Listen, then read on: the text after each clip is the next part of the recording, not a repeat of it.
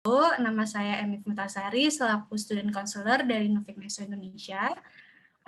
Seperti yang teman-teman ketahui, online learning hari ini kita akan membahas topik mengenai Get to Know Maritime Economics. Jadi nanti yang akan dibahas ini pastinya akan diberikan introduksi terlebih dahulu ya mengenai program Maritime Economics and Logistics, dan juga nanti akan lebih mendalami lagi ya, jadi secara luasnya seperti apa sih maritime trade dan maritime transport dan maritime port di Belanda, dan tentunya khususnya di Erasmus University Rotterdam.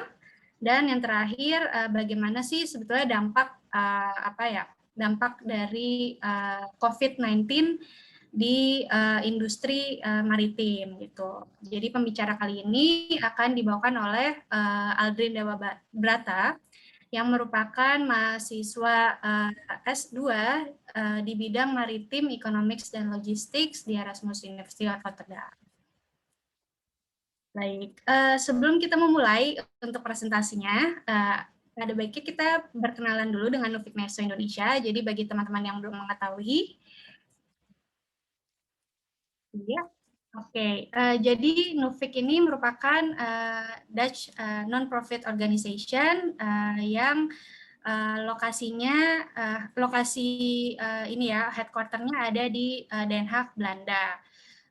Kami sebagai organisasi non-profit mensupport internationalization dalam bidang edukasi dan terutama higher education gitu. Dan organisasi kami sendiri ini didanai oleh Kementerian Pendidikan, Ilmu Budaya, dan Ilmu Pengetahuan. Nah, sebetulnya apa sih bedanya Nuffic dan Nuffic Neso? Sebenarnya tidak ada perbedaan. Jadi Nuffic Neso itu merupakan perwakilan dari Nuffic, ya. Jadi ada sekitar 9 perwakilan kantor di 9 negara, yaitu ada di Indonesia, pastinya ada di Brasil, Cina, lalu ada India, Meksiko, Rusia, Afrika Selatan, Korea Selatan, dan Vietnam. Nah, NESO itu sebenarnya juga kependekan dari Netherlands Education Support Office. Nah, apa saja kegiatan-kegiatan utama kami? Yang pertama ada memberikan informasi seputar studi di Belanda, dan juga kami memberikan konsultasi secara cuma-cuma bagi prospective students ya yang ada khususnya ada di Indonesia. Nah, selain itu kami juga mengadakan event-event atau acara-acara online seperti ini nih, kan sekarang lagi pandemik, jadi kebanyakan acara semua sudah di-shifted to online ya, atau daring, jadi dilakukan semuanya, mau itu fair ataupun workshop atau event-event lainnya semua online. Jadi teman-teman bisa juga lihat nanti di YouTube kami ya, situ juga tertera studi di Belanda, ada acara-acara kami yang sebelumnya. Kemudian kami juga mempromosikan kerjasama antara higher education institution, jadi institusi pendidikan tinggi di Belanda dan Indonesia. Lalu kami juga mendukung NL Alumni Network. Ini merupakan sebuah asosiasi atau yang memang secara resmi ya oleh Nuffic diadakan NL Alumni Network ini diadakan, dan juga tetap mensupport bagi teman-teman yang sudah lulus dari Universitas Belanda gitu. Jadi contohnya ada acara seperti Career Fair ataupun ada Holland Alumni Talk dan lain sebagainya. Nah, kemudian kami juga mengelola program-program beasiswa. Yang pertama ada Stunet atau Student Nederland. Kemudian ada juga Orange Knowledge Program. Kemudian ada Orange Tulip Scholarship dan EU Share. Yang terakhir kami juga memfasilitasi scientific research collaboration antar lembaga di Indonesia dan di Belanda begitu. Baik, bagi teman-teman yang masih mempunyai pertanyaan mengenai studi di Belanda ataupun ingin mengetahui lebih lanjut mengenai studi Belanda dan kegiatan kami, dapat mengunjungi website kami di www.nesoindonesia.org.id atau juga mengunjungi media sosial kami yang tertera dan juga melakukan konsultasi melalui telepon, WhatsApp, dan email. Ataupun kami juga sedang menyelenggarakan online counseling. Ini selama pandemi ini kita memulai ya ada online counseling melalui Zoom, dilakukan setiap hari Senin sampai hari Kamis, dan untuk jamnya berbeda ya, untuk Senin Selasa jam 3 sampai jam 5, dan jam hari Rabu dan Kamis jam 10 sampai jam 12. Bisa langsung cek ke bit.ly/osineso. Kemudian yang terakhir ini ada digital brochure. Jadi kami sudah mengumpulkan semua informasi mengenai studi di Belanda, beasiswa, lalu ada juga informasi mengenai PhD atau research ya. Itu bisa dikunjungi ke bit.ly/dbnufikneso. Di situ semuanya ada brosur digital kami. Oke, itu dia tadi sedikit informasi mengenai Nufikneso Indonesia. Nah, sekarang kita nih yang ditunggu-tunggu topiknya nih mengenai Maritime Economics. Sebelum kita lanjutkan kepada pembicara hari ini, saya akan sedikit membacakan biografinya terlebih dahulu. Jadi, Mas Aldrin ini merupakan juga penerima beasiswa Stunet tahun 2020 dan saat ini sedang menjalankan studi masternya di bidang Maritime Economics and Logistics Erasmus University Rotterdam. Sebelum melanjutkan studi masternya di Erasmus University, beliau memiliki pengalaman pekerjaan lebih dari 6 tahun di perusahaan PT Meratus Light yang bergerak di sektor operator maritim dan logistik sebagai fleet superintendent. Di tahun 2014, beliau menyelesaikan gelar S1-nya di bidang Marine Engineering dengan status cum laude dari Institut Teknologi 10 November. Selama masa studinya, beliau juga aktif dalam organisasi mahasiswa dan kegiatan-kegiatan di universitas. Oke, sebelumnya ingin menyapa dulu nih, Mas Aldrin sudah hadir ya di sini. Selamat pagi, Mas. Selamat pagi, Mbak Emi. Selamat pagi, Sobat Nesu semuanya. Iya. Gimana kabarnya Mas Aldrin di sana? Sedang kelihatannya Belanda sempat salju lebat ya? Iya, sempat salju. 2-3 minggu lalu sih. Tapi sekarang sudah mulai masuk spring ya. Iya, jadi sudah mulai ini ya, udah muncullah matahari gitu ya. Ya, beberapa hari kemarin. Oke, sekarang Mas Aldrin kegiatannya lagi sibuk apa nih? Kita karena program saya kan 1 tahun nih Mbak dinasnya ya. Jadi saya sekarang sudah mulai masuk ke tesis, persiapan untuk mengerjakan tesis, sudah dalam proses pengerjaan. Awalnya saya masih kuliahnya tatap muka, offline, tapi sekarang sudah mulai online juga. Jadi masih berlangsung juga kuliahnya. Oke, jadi sempat juga merasakan kuliah secara langsung dan juga online gitu ya. Yes. Kalau kata orang-orang katanya angkatan COVID gitu. Iya. Karena online lah, angkatan online gitu. Ya. Tapi oke, tanpa berbasa-basi lagi nih, kayaknya kita sudah bisa mulai saja. Jadi Mas Aldrin bisa memulai untuk presentasinya. Oke.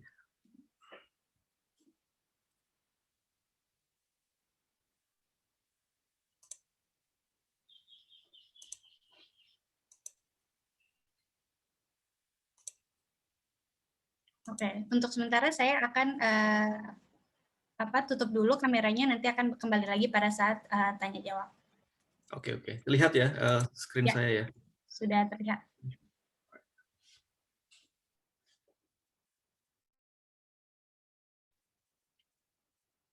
Sebentar, ini kok kayaknya masih lambat.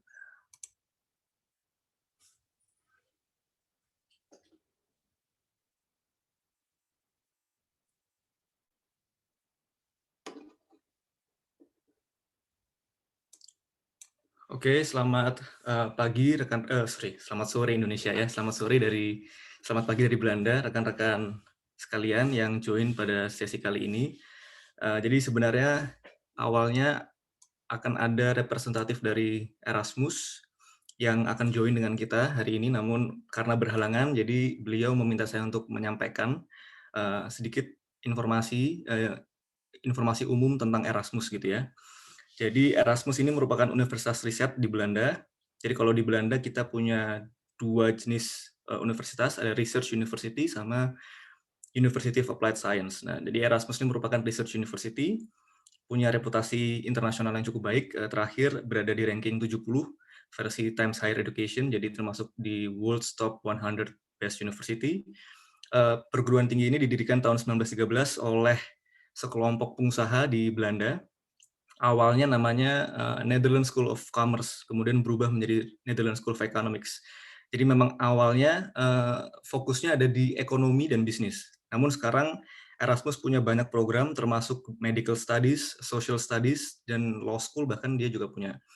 Termasuk universitas yang muda dibandingkan misalkan dengan Leiden yang sudah 400 tahun lebih, masih cukup muda. Ada 32.000 mahasiswa ya, secara statistiknya yang terdaftar, 20% diantaranya adalah mahasiswa internasional. Proporsi paling besarnya ada di mahasiswa master, 50% mahasiswa masternya adalah mahasiswa internasional. Kemudian Erasmus menawarkan 13 program sarjana internasional dan 50 lebih program master. Kalau kita bicara di sini international program, artinya fully delivered in English course-nya ya. Ya, ini adalah 13 program studi yang ditawarkan oleh Erasmus untuk program sarjana internasional. Semua programnya memiliki akreditasi yang baik, seperti misalkan International Business Administration, IBA-nya punya AAA accreditation, yang mana hanya 1% nih dari sekolah bisnis internasional yang punya akreditasi AAA. Kemudian Erasmus juga menawarkan program double degree, misalkan seperti ini ya, double degree, saya lihat double degree econometrics and economics ya. Jadi ada juga program double degree internasional yang ditawarkan oleh Erasmus. Nah, kalau misalkan rekan-rekan tidak bisa menemukan program yang dicari di Erasmus, bisa cek di studyfinder.nl karena ada sekitar 370 program bachelor, international bachelor programs yang ditawarkan di berbagai perguruan tinggi di Belanda. Jadi bisa menjadi pilihan alternatif lain selain Erasmus.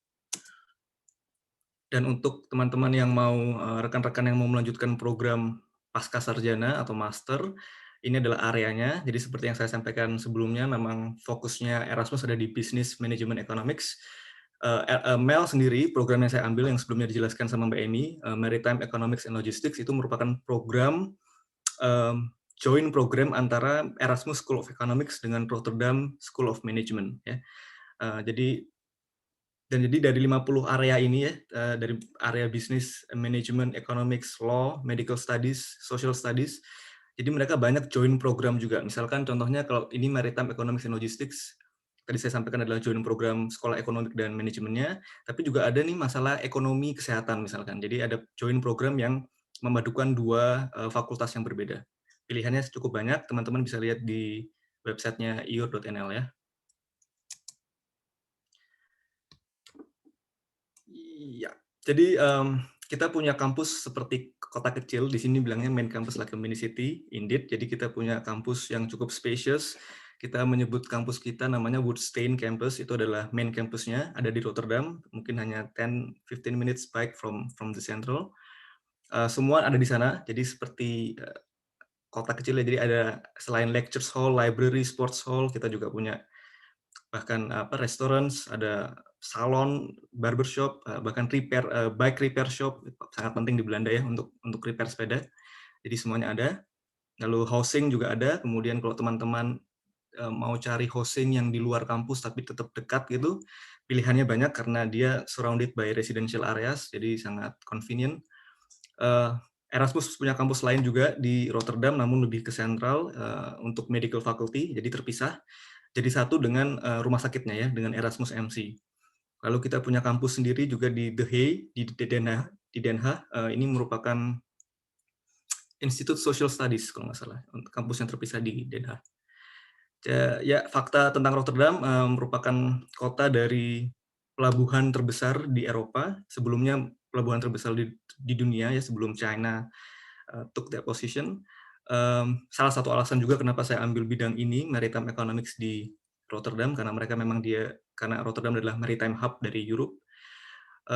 Dan kalau kita ke Rotterdam, kalau teman-teman memutuskan untuk melanjutkan studi di Rotterdam atau mengunjungi Rotterdam, Rotterdam menawarkan view atau vibes yang sedikit berbeda jika dibandingkan dengan kota-kota lain di Belanda, karena Rotterdam kota yang paling modern. Historinya karena tahun 40 gitu ya, dia pernah dibom Jerman dan so they reconstructed the city dan menjadikan Rotterdam ini banyak bangunan-bangunan baru yang eksentrik gitu. Hip and dynamic city pastinya karena dia adalah kota bisnis, jadi sangat dinamis. Meskipun karena COVID, jadi sedikit saya tidak bisa experience nih dynamic city-nya Rotterdam. Jika rekan-rekan berminat untuk mendaftar di Erasmus dan ingin lebih tahu tentang programnya, kemudian tentang admission deadlines, lalu tentang tuition fee, misalkan bisa langsung visit ke website-nya di eur.nl. Jadi ada banyak informasi di sana, dan kalau memang nanti ingin saya bisa bantu untuk bridging ke teman-teman di International Office ya, untuk memberikan informasi yang lebih detail. Ya, jadi itu adalah penjelasan awal tentang Erasmus. Semoga bisa memberikan gambaran kalau ada yang sedang dalam proses mencari perguruan tinggi di Belanda, bisa menjadikan Erasmus salah satu opsinya. Nah, sekarang saya mulai masuk ke topik utama kita hari ini, yaitu perkenalan ya, Get to Know Maritime Economics. Jadi secara keseluruhan hari ini saya akan sharing ya, apa yang saya pelajari sejauh ini di program MEL di Erasmus, yang menurut saya sangat relevan untuk saya karena saya punya background marine engineering dan saya bekerja di shipping selama 6 tahun gitu ya. Jadi program ini sangat spesifik ya tentang maritime economics gitu, tapi juga sangat diverse karena dia memadukan perspektif yang berbeda dari industri ini. Jadi misalkan gini, saya ini disclaimer ya, saya nggak punya pengetahuan ekonomi sama sekali sebelum saya join dengan Erasmus. Tapi saya bisa menemukan middle ground ya dari marine engineering, dari pengalaman saya bekerja di shipping company, meskipun pengalamannya adalah bekerja di technical atau operational supervision ya, jadi bukan di bidang ekonominya. Tapi saya bisa mencari middle ground gitu untuk ilmu yang saya dapat di program ini dengan pengalaman kerja saya sebelumnya dan pendidikan saya sebelumnya. Begitu juga saya menemukan teman-teman saya yang lain nih yang bergabung di MEL, itu ada yang background-nya dari law school, jadi dari hukum, tapi dia bisa juga menemukan middle ground ya, misalkan bicara bagaimana regulasi-regulasi di industri maritim ini mempengaruhi market gitu ya, mempengaruhi shipping market atau mempengaruhi international trading itu sendiri. Dan juga teman-teman yang dari ekonomi yang tidak punya pengetahuan sama sekali soal maritime studies juga bisa menemukan hal lain, hal baru, value added ya dari ilmu yang sebelumnya mereka dapat gitu. Dan jadi intinya hari ini kita akan saya akan memperkenalkan itu dan membuat sedapat mungkin ini relevan untuk semua orang, baik yang punya background maritime ataupun background economics ataupun tidak punya background itu sama sekali. Dan kita juga akan sedikit melihat mereview data-data statistik dari Maritime Transport Review 2020 yang dipublish oleh United Nations Conference on Trade and Development. Menurut saya data-datanya cukup menarik ya, karena nanti kita bisa melihat bagaimana sih kondisi perdagangan saat ini dan melihat juga relevansinya dengan kondisi geopolitik internasional gitu. Jadi kita bisa melihat itu sangat berkorelasi ya.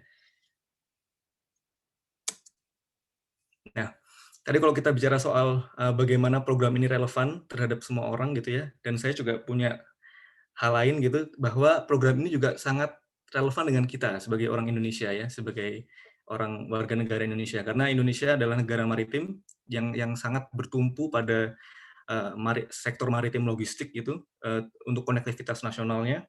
Kalau memang kita bicara dengan Belanda atau bicara negara-negara di Eropa misalkan, mungkin tidak sama seperti Indonesia. Konektivitas nasional tidak ditumpu oleh sektor maritim ya, karena mereka mungkin lebih bertumpu ke hinterland transport, di transport darat. Tapi kalau Indonesia, kita sangat bertumpu dengan sektor maritim dan kita bisa melihat betul bagaimana misalkan tertinggalnya infrastruktur maritim itu memberikan dampak yang sangat signifikan terhadap pertumbuhan ekonomi nasional, juga terhadap disparitas ekonomi. Jadi kita bisa melihat bagaimana daerah-daerah lain karena biaya logistik yang sangat tinggi yang disebabkan oleh infrastruktur konektivitas nasional yang lemah gitu ya, membuat mereka tidak bisa membeli barang-barang kebutuhan yang sama dengan harga barang-barang yang kita beli di Jawa misalkan. Dan saya saat bekerja di perusahaan shipping yang sebelumnya, saya punya kesempatan untuk sailing gitu ya, berlayar dengan kapal ke daerah-daerah yang jauh dari Jawa, misalkan saya ke timur, saya melihat betul bagaimana saat konektivitas itu masuk gitu ke suatu daerah, ada pelabuhan di sana, ada kapal yang masuk, tidak hanya sekedar kita mentransportasikan atau mendistribusikan barang, tapi sebenarnya kita memberikan menghidupkan aktivitas ekonomi di daerah tersebut gitu ya, dan memberikan dampak yang jauh lebih besar, tentang pertumbuhan ekonomi di suatu daerah. Jadi nanti kita akan bahas itu tentang peran dari pelabuhan dan sektor maritim di pertumbuhan ekonomi. Dan tidak hanya di Indonesia, 90% dari semua perdagangan di dunia ini juga mereka bergantungnya pada transportasi laut, pada angkutan laut. Jadi Indonesia merepresentasikan juga kondisi trade dunia ya, bahwa kita ini bergantung sekali dengan angkutan laut, dengan logistik maritim.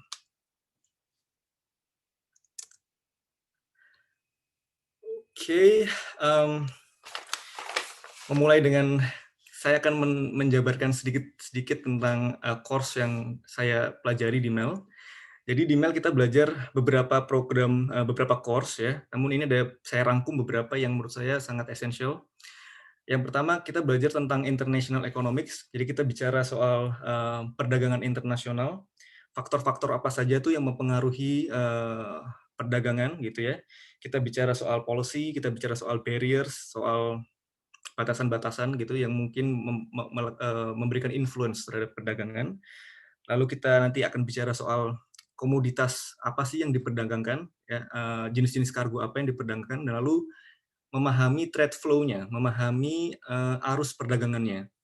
Berapa jumlah barang yang ditransportasikan secara secara tonase, secara volume gitu ya.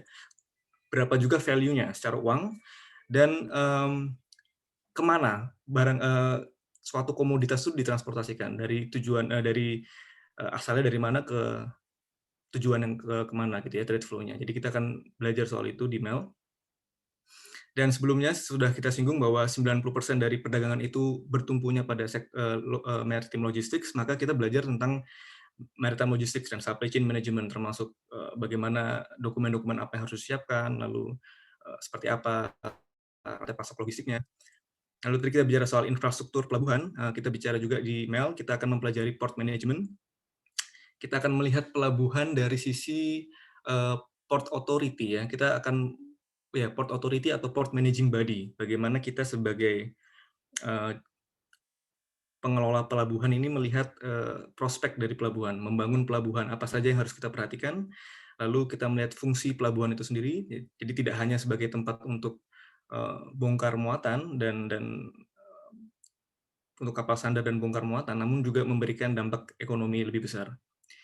Lalu kita bicara soal shipping economics and policy. Jadi sebenarnya ini yang paling penting menurut saya, jadi shipping economics and policy, terutama karena background saya ya.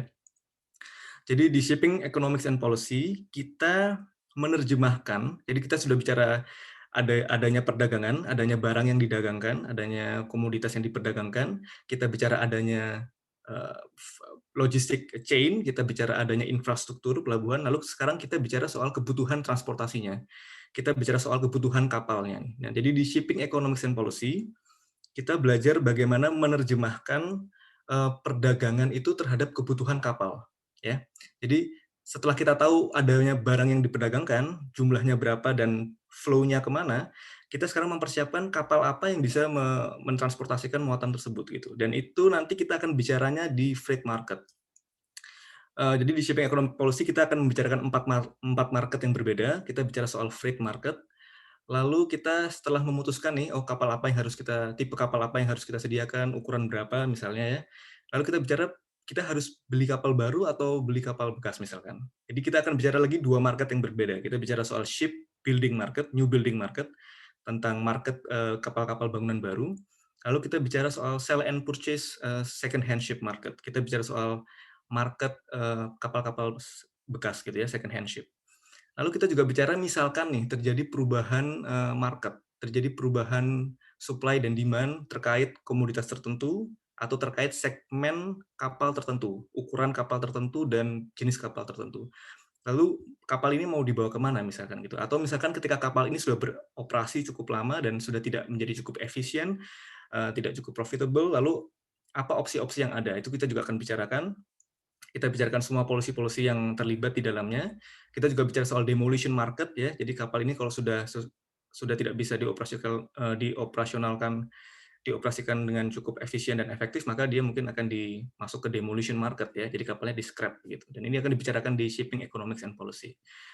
Kita di dalamnya juga bicara tipe-tipe charter gitu ya, tipe-tipe charter kontrak. Jadi ketika kita menyewa kapal untuk mentransportasikan barang itu ada beberapa tipe, bahasa yang lebih familiar adalah ada beberapa tipe kontrak yang bisa kita pakai ya, terkait saat kita mau menyewa kapal untuk mentransportasikan barang gitu. Dan itu juga akan dibahas. Lalu kita juga akan bicara soal cost structure. Jadi di cost structure kita bicara capital cost, kita bicara operating cost, kita bicara voyage cost. Jadi mulai dari biaya untuk membeli kapal atau membangun kapal, kemudian biaya untuk mengelola, memanage kapal tersebut, lalu juga biaya untuk voyage cost. Jadi biaya untuk mentransportasikan muatan dari satu pelabuhan ke pelabuhan lain ya, biaya bahan bakar dan lain sebagainya. Nah, tadi kita sudah bicara komponen-komponen biayanya, lalu kita bicara soal shipping and transport finance ya. Jadi kita bicara soal misalkan capital finance-nya, kita bicara bagaimana cara kita bisa mendanai pembangunan kapal baru atau apa opsi-opsi yang tersedia saat kita mau beli kapal. Apakah kita bisa mortgage kapalnya, kita bisa ajukan senior debt misalkan, lalu berapa proporsinya misalkan dengan equity, atau kita punya juga private investor misalkan, KG funds. Jadi opsi-opsi pendanaan itu juga kita bahas di shipping and transport finance. Jadi kita bahas dari awal, dari perdagangan, kemudian bicara soal infrastrukturnya, kemudian kita bicara soal kapalnya, lalu kita bicara soal bagaimana kita mendanai kapal tersebut ya. Dan seperti yang saya sampaikan, teman-teman yang tidak punya background ekonomi seperti saya, Mel juga memfasilitasi dengan basic course economics. Begitu juga teman-teman yang tidak punya background maritime studies atau marine studies, tidak tahu soal kapal, tidak tahu soal basic units yang umum, terminologi yang dipakai.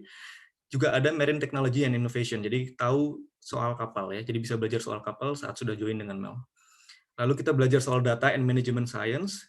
Di sini kita belajar bagaimana mengolah data, bisa memproyeksikan kondisi market, jadi kita bisa melakukan proyeksi terkait banyak hal ya, terkait kondisi market dan lain-lain yang berhubungan dengan itu.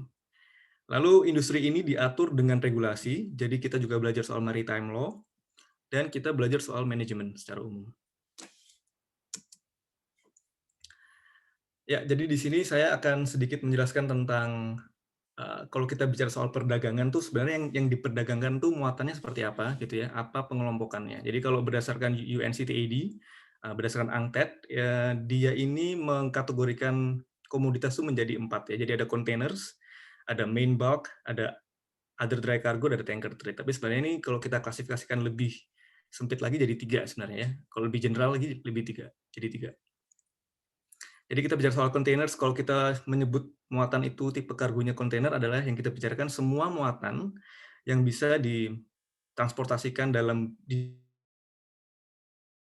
itu macam-macam, mulai dari consumer goods, juga intermediate and final manufactured goods. Jadi yang dimaksud intermediate and final manufactured goods ini artinya begini, kalau kita misalkan sepeda motor itu final manufactured goods ya, tapi komponen-komponennya kan adalah intermediate goods ya, dan itu yang ditransportasikan lewat kontainer. Dan semakin maraknya intra-industri, jadi sekarang kita tidak bisa bilang kalau misalkan kita punya mobil Toyota nih, kita tidak bisa bilang bahwa mobil itu adalah mobil Jepang 100% karena semua komponennya sudah tidak lagi dari Jepang ya, tapi dari berbagai negara lain, dan ditransportkan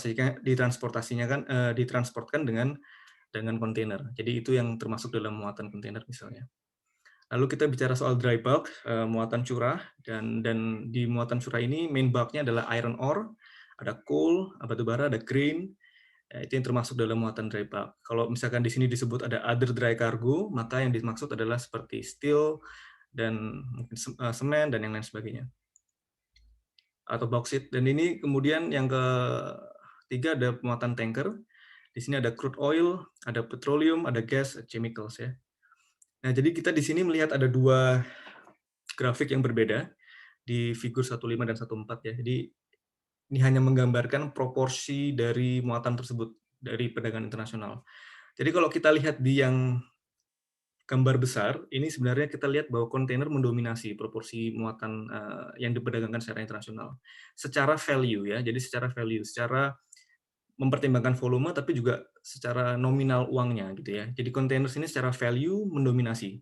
Tapi sebenarnya kalau kita lihat di yang si sebelah kanan, yang gambar kecil, itu kita bisa melihat proporsinya secara benar-benar secara volume tonase, secara muatannya ya. Bahwa kita lihat yang paling besar, yang paling mendominasi adalah main bulk dan other dry cargo. Dan kontainer sangat kecil dibandingkan yang lain. Tapi kontainer sangat kecil secara secara tonase, namun menyumbang value yang paling besar secara secara value secara uangnya ya, secara nominalnya paling besar. Namun secara tonase paling kecil.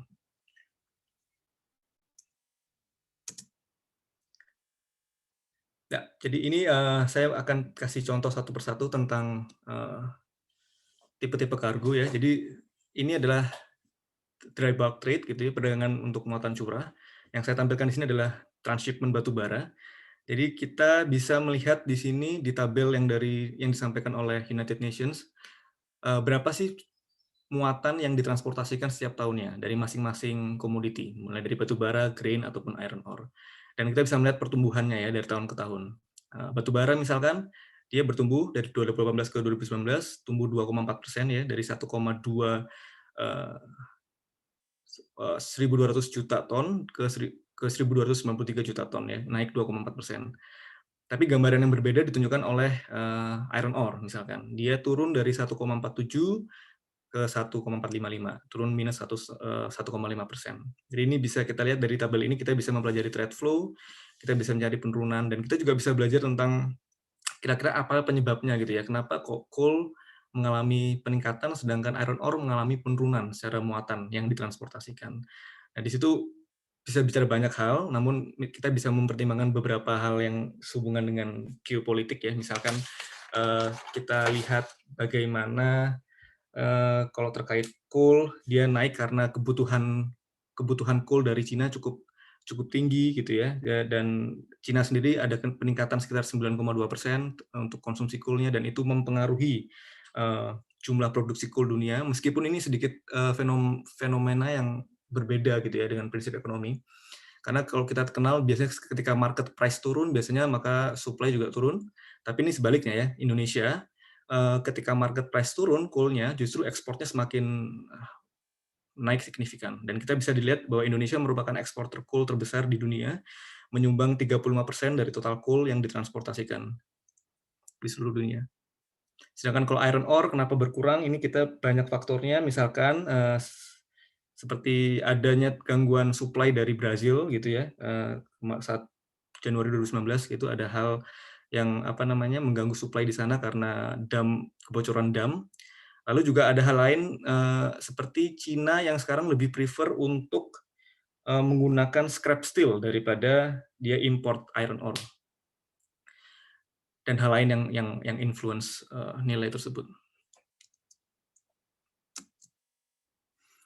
Kemudian kita bisa melihat juga data-data terkait kapal-kapal kontainer, muatan kontainer yang ditransportasikan setiap tahun. Jadi di dunia ini kita mengenal ada rute internasional ya. Jadi salah satu yang saya tampilkan di sini adalah East-West Trade Routes. Jadi kita membagi rute pelayaran internasional kontainer menjadi 3, ini ada Trans-Pacific, ada Asia-Europe, sama Trans-Atlantic. Dan kita bisa membandingkan jumlah kontainer yang ditransportasikan setiap tahun di masing-masing rute gitu ya. Kalau misalkan di tahun 2020 kita lihat di Trans-Pacific ini menghubungkan antara North America dengan Cina, dengan East Asia ya, itu ada sekitar 25,1 juta kontainer yang ditransportasikan setiap tahun. Dan di tahun 2020 ini kita bisa lihat bahwa kebanyakan memang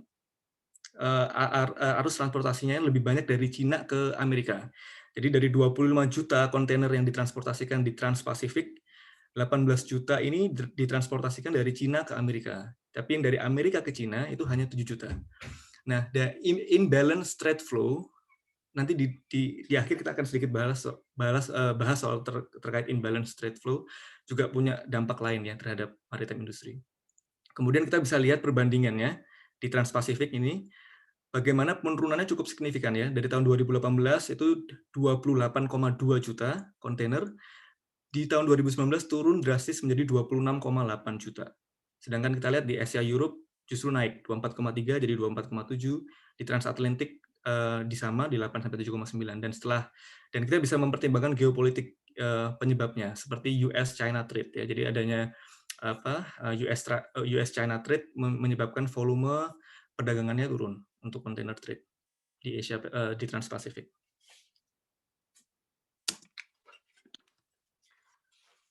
Lalu kita bicara muatan tanker, tadi kita ada sebut ada gas, chemical, ada crude oil. Nah, di sini adalah contohnya yang kita bahas adalah crude oil dan gas gitu ya. Kita bisa membandingkan pertumbuhan yang berbeda. Ketika crude oil turun minus 1,1%, gas justru naik 10,8%. Muatan yang ditransportasikan setiap tahun.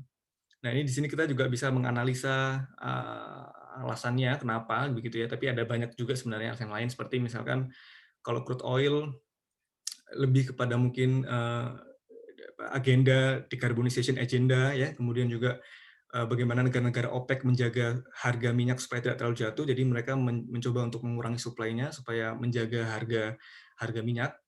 Itu adalah satu penyebabnya. Sedangkan gas juga sama ya, LNG menyumbang 11% lebih pertumbuhan karena yaitu karena agenda dekarbonisasi. Sekarang kita mencoba untuk beralih nih dari misalkan diesel power plant atau coal fired power plant, kita sudah mulai switch ke gas turbine power plant. Jadi konsumsi gasnya cukup bagus, dan itu diproyeksikan akan terus meningkat, dan crude oil sebaliknya sama seperti coal diproyeksikan akan menurun. Dan kita bisa lihat data-data terkait siapa sih major producers dan consumers ya. Jadi kalau sebelumnya juga sama, saya mungkin kembali sebentar. Kayak misalkan di coal, kita bisa lihat kalau coal exporter paling besar Indonesia dan Australia, namun coal importersnya paling besar adalah Cina dan India gitu ya. Jadi kita bisa melihat trade flow-nya. Jadi transportasinya coal ini kebanyakan dari Indonesia ke Cina dan Indonesia ke India.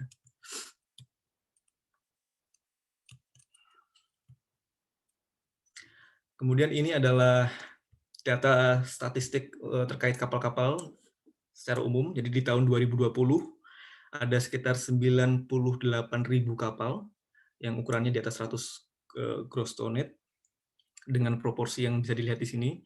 Bulk carrier menyumbang paling banyak 19,6%, sesuai dengan data yang sebelumnya kita bahas bahwa memang secara jumlah muatan, secara tonase memang kita didominasi oleh muatan main bulk. Lalu dari segi ukuran kapal, kalau kita bandingkan kapal 20 tahun yang lalu dengan kapal yang sekarang, atau dibangun 4 tahun terakhir, kapal oil tanker itu bisa 9 kali lebih besar, kapal kontainer itu bisa 4 kali lebih besar ya. Jadi semua bergerak di tren lebih besar, karena ini kita bicara soal economies of scale ya. Jadi kita mentransportasikan muatan lebih banyak dengan biaya operating cost yang kenaikannya itu masih bisa mengimbangi profit.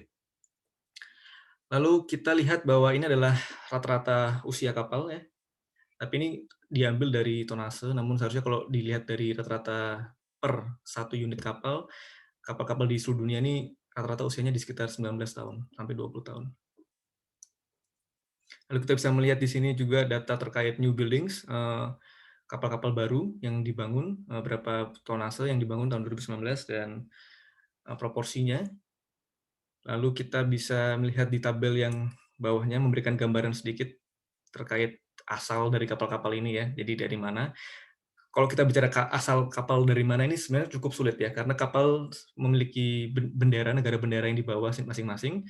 Namun tidak berarti bendera kapal itu merepresentasikan kapal itu dari mana ya, karena ownership dari perusahaan, beneficial ownership dari kapal itu bisa jadi dari negara yang berbeda. Jadi kita bisa lihat di sini bahwa country territory of ownership, misalkan Greece gitu ya, perusahaan Greece itu dia punya kapal yang memakai bendera Greece hanya 600 kapal ya, tapi sebenarnya 3.000 lebih dia pakai bendera negara lain. Jadi ini cukup menarik dari sisi regulasi. Lalu kita kalau mau memberikan gambaran yang cukup mudah membandingkan ukuran kapal, saat ini nih kapal paling besar, tapi saya rasa ini sudah tidak update ya. Ada Knock Nevis ini, oil tanker, sepanjang kapal ini sudah lebih tinggi daripada Petronas Tower. Ukuran kapal sekarang paling besar. Untuk kontainer juga yang terbesar sekarang kapalnya MSC Algeciras atau MSC Gulson ya sudah 400 meter. Jadi sangat besar kapal-kapal saat ini. Ya, ini sedikit data soal kontainer maritime port. Kita bicara soal kontainer terminal, kita melihat bahwa seperti saya sampaikan sebelumnya, Rotterdam dulu merupakan pelabuhan terbesar di dunia, namun sekarang berada di urutan ke-10, dan 9 pelabuhan lain didominasi oleh Cina, selain Singapura dan Korea dan Busan. Ya, semuanya adalah pelabuhan dari Cina. Dan kita bisa melihat ketika bicara soal performance kontainer terminal, kita bisa melihat bagaimana median time in port. Jadi ini kita bicara soal berapa banyak waktu bongkar muat kapal di pelabuhan ya, satu kapal.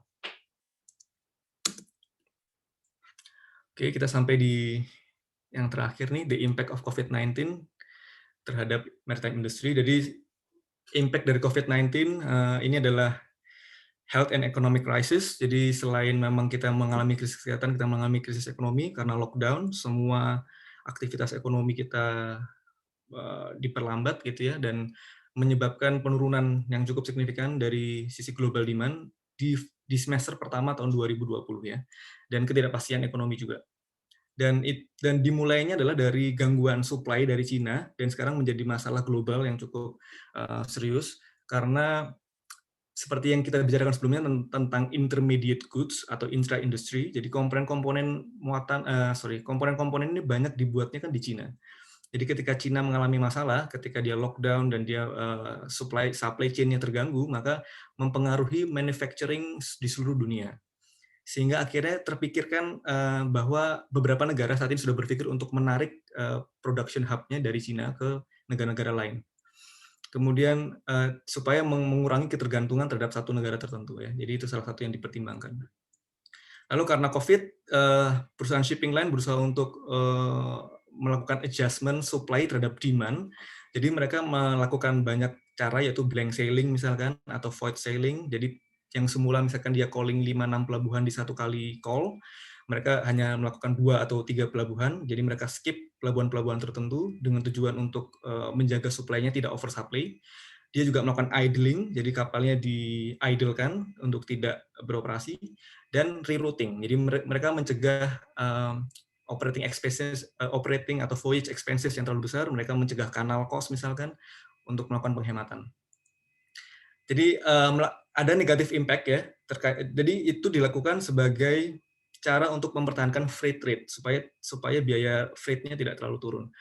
Karena kalau oversupply, freight rate-nya akan turun. Namun ada negative impact yang lain, yaitu charter rates-nya menjadi turun juga karena kapal banyak yang idling ya.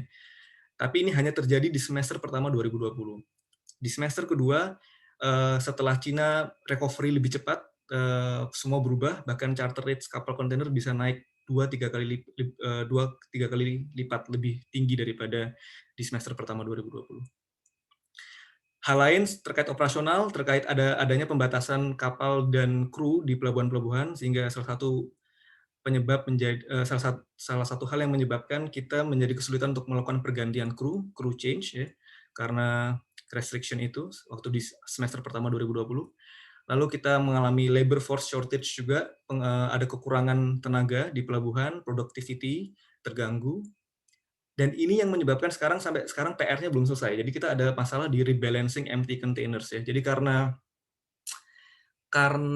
produktivitas atau handling container di Amerika saat ini itu cukup lambat. Jadi saat Cina mengekspor banyak komoditi, banyak kontainer ke US, sampai di Amerika ternyata kontainer ini tidak segera kembali ke pelabuhan. Karena memang mereka sangat operasionalnya terganggu karena COVID ya. Sehingga akhirnya sekarang China mengalami shortage kontainer, sedangkan US mengalami surplus kontainer. Dan ini terjadi hingga hari ini, dan dan diperkirakan akan terjadi sampai kuartal ketiga tahun 2021. Lalu juga dampak lainnya terkait new building ordering dan repairs, beberapa perusahaan berpikir untuk melakukan penundaan pembangunan kapal baru untuk melihat kepastian dari sisi ekonomi. Jadi dari COVID-19 kita mengusulkan beberapa hal. Pertama adalah tentang risk assessment, bahwa pentingnya supply chain supaya tidak terganggu di masa depan ketika ada pandemi-pandemi yang serupa, ya, yang mengganggu konektivitas. Lalu kita bicara soal shock waves, yaitu perubahan supply dan demand. Lalu kita bicara soal pertanyaan tentang globalisasi. Saat ini beberapa pihak mulai memikirkan bahwa mungkin ini saat yang tepat untuk mulai deglobalisasi atau melakukan reshoring atau nearshoring, tidak tergantung pada satu negara tertentu, tapi melakukan diversify source. Kemudian secara keseluruhan International Maritime Trade turun 4,1% di tahun 2020. Lalu tapi ke depan diperkirakan 2021 tumbuh sekitar 4,8%. Ya, mungkin itu yang bisa saya sampaikan sharing terkait Maritime Economics and Logistics. Semoga bisa bermanfaat dan bisa diambil informasi sesuatu yang menjadi bahan diskusi kita berikutnya atau pertanyaan-pertanyaan. Silakan Mbak Eni. Baik, terima kasih sekali Mas Aldrin atas materi presentasinya yang sudah diberikan. Menarik sekali ya teman-teman. Saya juga ingin memberi informasi bahwa saat ini kita sudah memasuki sesi tanya jawab. Jadi bagi teman-teman yang ingin mengajukan pertanyaannya secara langsung dapat dilakukan melalui mengklik button raise hand terlebih dahulu, lalu akan kami bantu untuk unmute dan juga dapat mengajukan pertanyaan melalui chat box. Baik, di sini sudah ada satu pertanyaan dari Faisal Rahman. Pertanyaannya sebagai berikut, bagaimana prospek job employment di MEL secara general? Apakah berkarir di Eropa atau negara asal, termasuk karir alumni Indonesia setelah lulus dari MEL? Oke, terima kasih Mas Faisal pertanyaannya.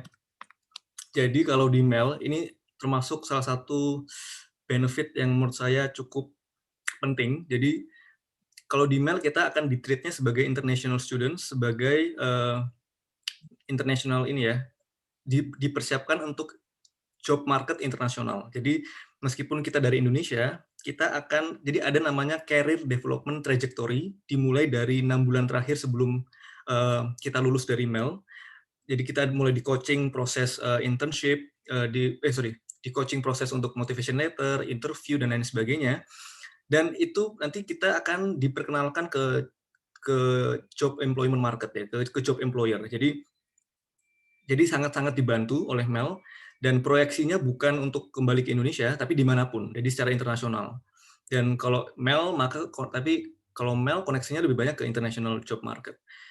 Tapi kalau misalkan kita berpikir atau ingin kembali pulang ke Indonesia dan bekerja di Indonesia, maka itu tidak menjadi masalah juga ya. Namun kesempatan ini bisa dipakai untuk mencari misalkan internship ya, sambil kita mungkin 6 bulan di sini kan eman juga ya, eman juga kalau misalkan kita nggak internship atau punya pengalaman kerja di luar, dan itu bisa dimanfaatkan. Tapi sangat bagus di sini. Jadi mereka punya namanya career development trajectory. Mereka akan mempersiapkan kita untuk interview, untuk apply job, untuk bahkan mengkoneksikan kita menghubungkan kita dengan beberapa perusahaan. Kalau memang berniat untuk berkarir di Eropa.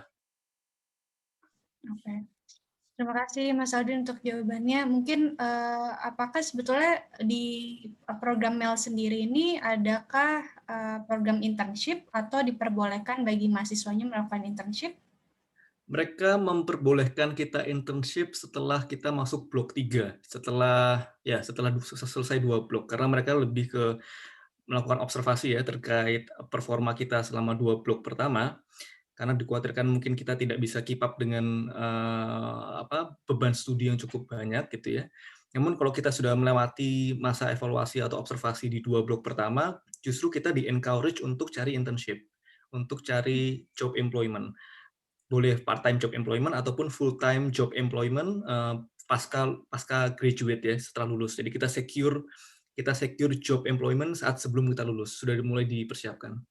Ya, oke. Terima kasih. Lalu ini ada satu peserta dari Reza Sabdep ya, yang sudah raise hand. Saya sudah bantu untuk unmute. Ya Kak, mau nanya Kak, izin nanya Kak. Nama saya Reza Satria, saya juga kerja di industri maritim. Kak mau nanya nih Kak, kan di tahun 2045 itu Indonesia berencana dalam peran ekonomi maritim meningkatkan GDP dari 6,4% jadi 12,3% dan menurunkan logistik cost dari 23% ke 8% di 2045. Menurut Kakak, kita sebagai orang Indonesia, langkah-langkah apa saja sih yang bisa kita lakukan untuk mencapai misi tersebut untuk negara ini, Kak? Itu sih, Kak. Makasih. Makasih Reza. Kan Mas Aldrin. Pertanyaan yang sangat sulit ini. Jadi saya nggak tahu ya itu target yang sangat ambisius atau enggak, tapi tentunya banyak peran yang bisa kita berikan masing-masing ya. Kalau misalkan Mas Reza bekerja di maritime industry, mungkin di shipyard atau di shipping, yang paling bisa kita bantu adalah dengan performance ya. Untuk mengejar target itu adalah dengan memperbaiki performance, meningkatkan produktivitas. Karena selebihnya, jadi ini beriringan ya. Jadi GDP menurut saya pertumbuhan ekonomi nasional itu sangat beriringan dengan pertumbuhan maritime trade ya. Dan biasanya kenaikan maritime trade akan lebih tinggi daripada GDP. Jadi selalu begitu ya. Jadi dan untuk bisa meningkatkan itu tuh tidak hanya perannya dari private sector ya. Jadi kalau dari private sector mereka bisa meningkatkan performance, meningkatkan pelayanan, meningkatkan produktivitas, tapi juga dari public sector yang tidak kalah penting. Kebijakan-kebijakan yang dibuat oleh pemerintah, misalkan ya kita bicara soal insentif yang diberikan pemerintah, kemudian alokasi anggaran untuk pembangunan infrastruktur konektivitas nasional misalkan, dan lain sebagainya. Meskipun kalau kita lihat secara global, kemungkinan itu sangat mungkin ya, karena kan kita juga punya Indonesia dan Cina nih, mereka melakukan agreement ya, namanya OBOR agreement. Jadi Cina ini sedang bikin kayak jalur konektivitas internasional dan itu melibatkan Indonesia di dalamnya ya, di OBOR itu ya. One Belt One Road initiative gitu ya dari Cina, dan itu sangat memberikan kesempatan Indonesia untuk partisipasi dan meningkatkan ekonomi nasionalnya juga sekaligus ya. Kesempatannya ada, menurut saya setiap dari kita bisa memberikan kontribusi dengan performance yang baik ya, dari private sector. Dari public sector, yaitu tadi kebijakan, anggaran, insentif kepada pelaku industri di maritim. Terima kasih Reza. Baik, terima kasih Mas Aldrin dan juga Reza untuk pertanyaannya. Kita masih punya waktu nih sekitar 3 menit lah ya.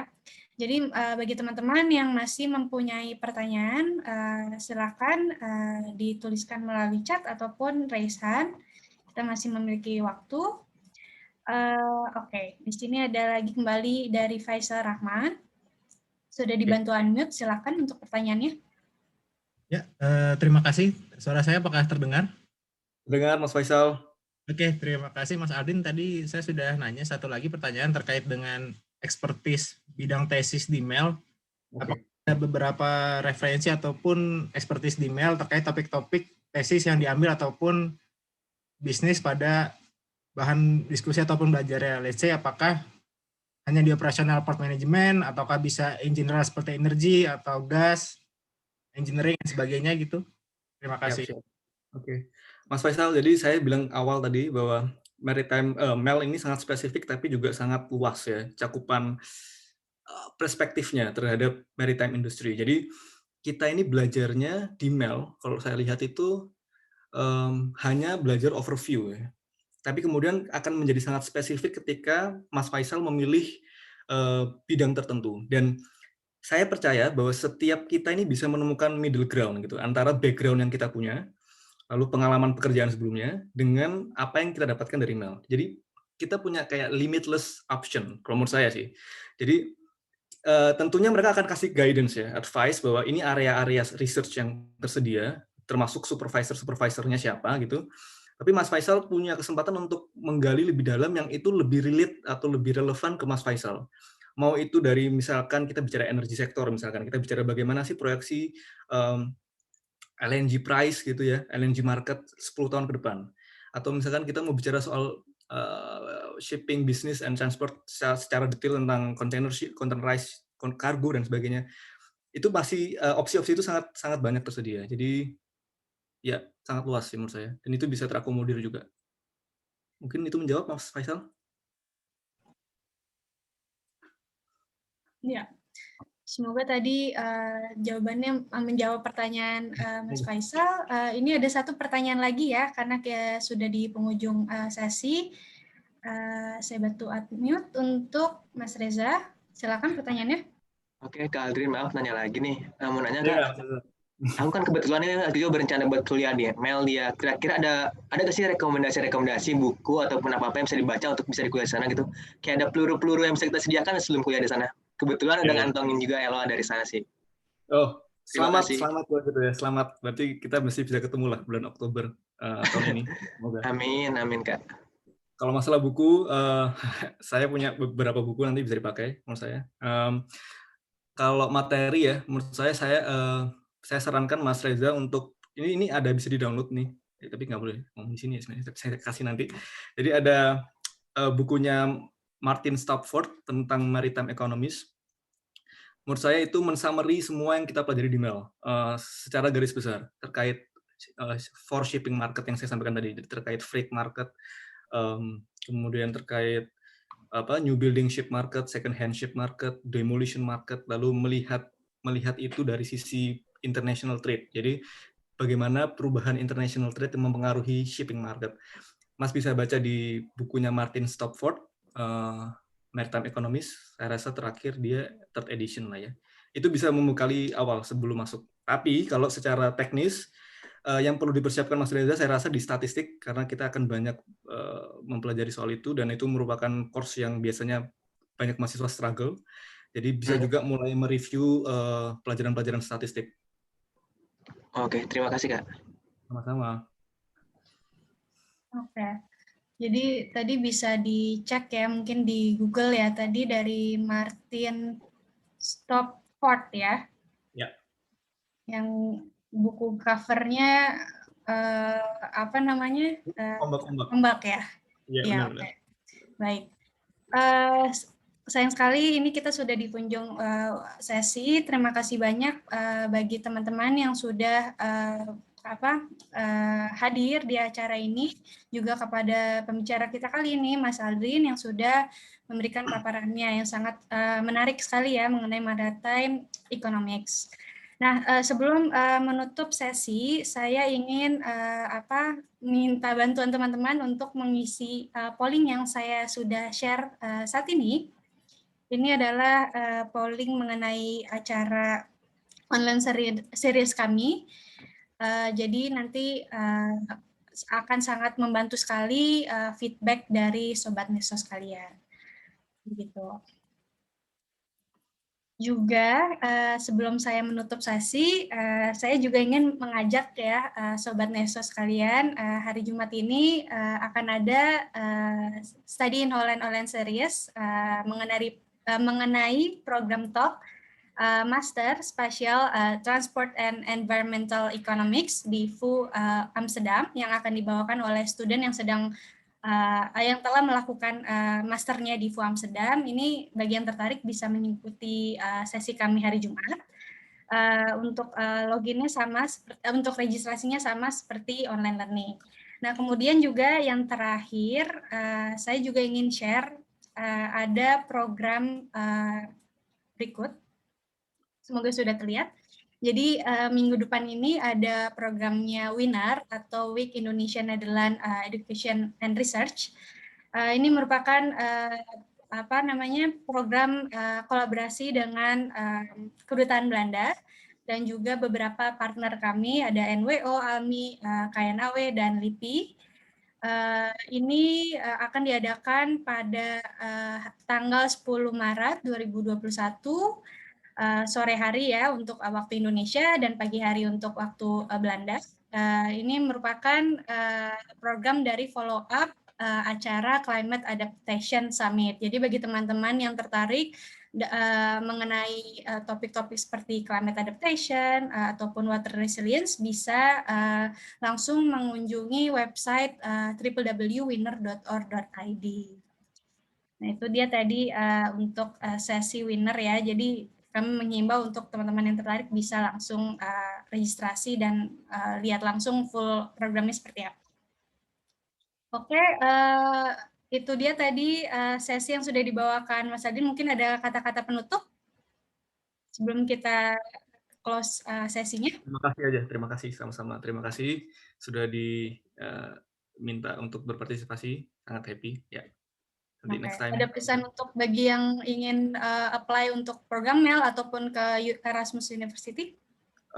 Ya, teman-teman silakan kalau mau mengambil kesempatan ini, pertimbangkan baik-baik terkait waktunya karena kondisinya tidak mudah ya untuk menjalankan studi di situasi yang saat ini, maka dipertimbangkan betul, termasuk apakah bisa kita cope dengan online learning environment ya, karena kalau saya lebih prefer tatap muka. Jadi itu aja sih mungkin, semoga mendapatkan apa yang dicari lah sesuai dengan yang diimpikan. Oke, terima kasih banyak Mas Aldin sekali lagi untuk kesempatan dan waktu yang sudah diluangkan pagi hari ini. Oke, terima kasih banyak Sobat Neso yang sudah hadir. Ketemu lagi nanti ya di sesi hari Jumat ataupun di sesi online series lainnya. Sampai jumpa.